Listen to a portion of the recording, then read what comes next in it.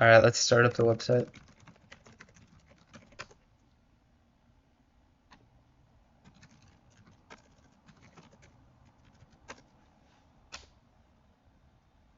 Okay, so at this page, we have our login page.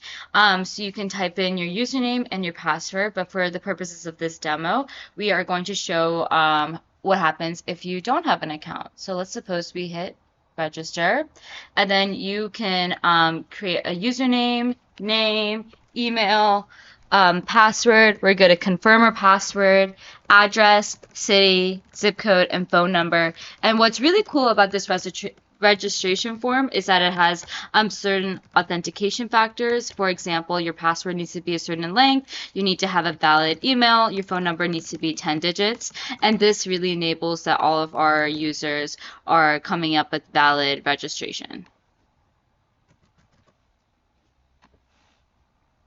See, this is some examples of when the registration was a bit wonky because the zip code that was entered was not 5 digits and the phone number was not 5 digits either.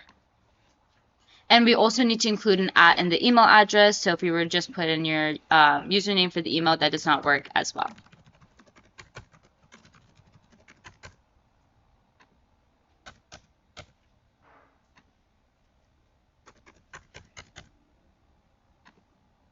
And now it directs you to your user profile. And here you can see your name, your username, your email, your phone number, your city zip code, and your address. Yeah, so you can log out here. We'll show you that later. But for now, let's show some other functionality. All right, so let's go to this restaurant list. And you can only go to this if you're signed in.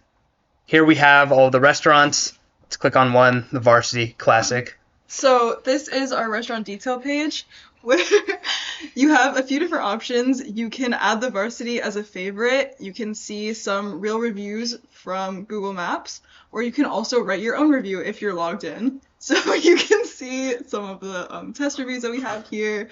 You can also hit add a review if you want to add your own review.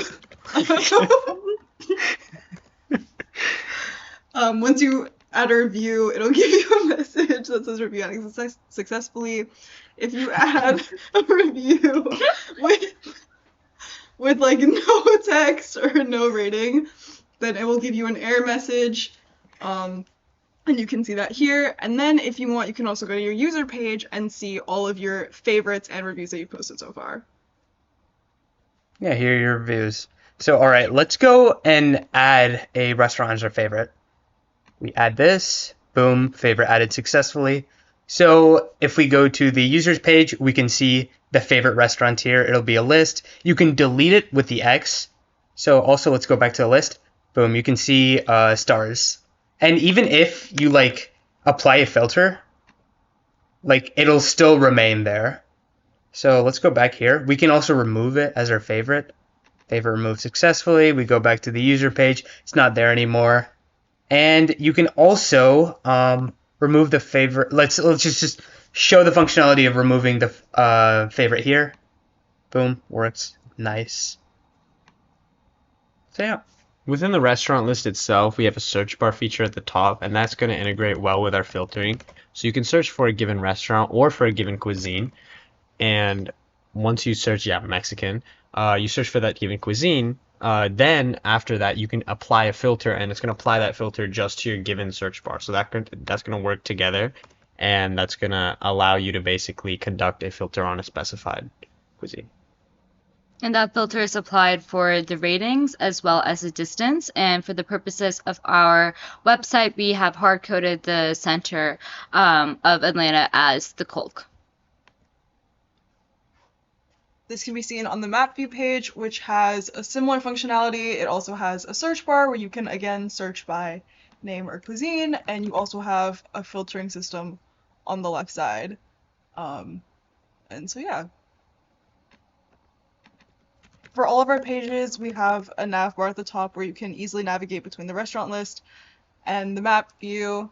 And then, like we mentioned earlier, from the user page, you can see your user details and log out if you want. And if there isn't any restaurant which meets the search and the filter criteria, it'll give you that error message as seen previously. All right, let's just show off some more of like the user page functionality and everything associated with that. So let's log out here. Boom, you're successfully logged out. Now, you can't go to any of the other sections of the website besides the register page. You can't go to restaurant list, you can't go to the map. I mean, you can go to the login page. You can register here if you want.